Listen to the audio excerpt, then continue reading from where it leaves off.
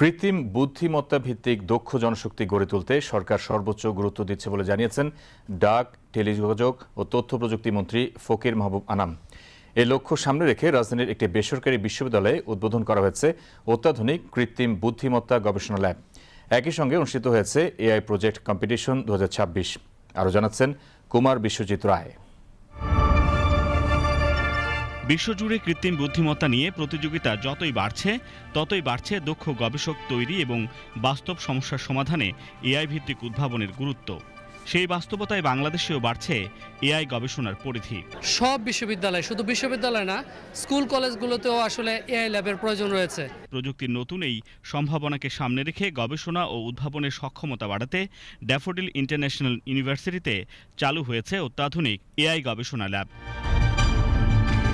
শনিবার সকালে বিশ্ববিদ্যালয় ক্যাম্পাসে অত্যাধুনিক এই এআই ল্যাবের উদ্বোধন করেন ডাক, টেলিযোগাযোগ ও তথ্য প্রযুক্তি মন্ত্রী ফকির মাহবুব আনাম।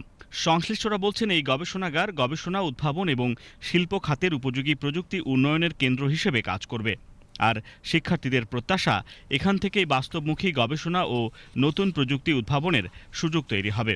এ পর্যন্ত আমরা 60টি সমস্যা সমাধান করতে পেরেছি। তার মধ্যে এডুকেশনের জন্য হচ্ছে এআই প্রফেসর, কৃষিক্ষেত্রে একটা সলিউশন আমরা তৈরি করেছি, মেট্রো রেলের একটা সমস্যার সমাধান আমরা একেবারে শেষ পর্যায়ে রয়েছে। এভাবে করেই আমরা 60টি সমস্যার সমাধান করতে পেরেছি। আমার ভবিষ্যৎ বাংলাদেশকে আমি এআই যে প্ল্যাটফর্মটা আছে এটাকে একটি নিরাপদ প্ল্যাটফর্ম হিসেবে দেখতে চাই। একদম মনোযোগ দিয়ে আমরা কাজ করতে পারি। এখানে যেমন আমাদের হার্ডওয়্যার সাপোর্টটা রয়েছে, একইভাবে আমাদের মানসিক সাপোর্টের জন্য সব ব্যবস্থা রয়েছে। এআইকে আমরা যদি সঠিকভাবে ব্যবহার করতে পারি তাহলে আমরা এটাকে দেশের প্রয়োজনে সব ক্ষেত্রে ব্যবহার করতে পারবো।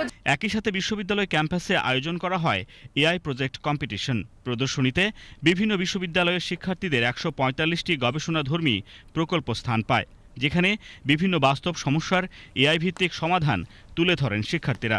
এআই একদিকে আশীর্বাদ, আবার আরেকদিকে অভিশাপ। কিভাবে এআই যদি আমরা সঠিকভাবে ইউজ করতে পারি আমাদের ডেইলি লাইফে, আমাদের পার্সোনাল লাইফে, আমাদের একাডেমিক লাইফে, এটা অনেকভাবে আমাদেরকে হেল্প করতে পারে। আর যদি আমরা সঠিকভাবে ইমপ্লিমেন্ট না করি, এটা অনেক ধরনের আমাদের ফল্ট নিয়ে আসতে পারে পার্সোনাল লাইফে। যদি প্রত্যেকটা সেক্টরে এআই ইমপ্লিমেন্টেশন আসে, আমরা দেখব যে একটা সময় পরে আমাদের প্রত্যেকটা সেক্টরে মানুষের হ্যাসেলটা কমে গেছে, আমাদের দৈনন্দিন জীবন অনেক সহজ হয়ে যাচ্ছে। পরে এক অনুষ্ঠানে ডাক, টেলিযোগাযোগ ও তথ্য প্রযুক্তি মন্ত্রী বলেন, চীন, মালয়েশিয়া সহ বিভিন্ন দেশে দক্ষ জনশক্তির চাহিদা বাড়ছে। সেই চাহিদা পূরণে ইউনিয়ন পর্যায়ে এআই ও ফ্রিল্যান্সিং প্রশিক্ষণ দেবে সরকার। ICT, we have been thinking of creating 1 million jobs in next 5 years. This is we are dreaming, this we are planning. Our honorable Prime Minister has already instructed us to create jobs. So to create these jobs, we need you. পরে প্রতিযোগিতায় বিজয়ীদের মাঝে পুরস্কার তুলে দেন মন্ত্রী। কুমার বিশ্বজিৎ রায়, BTV news, Birulia, Savar.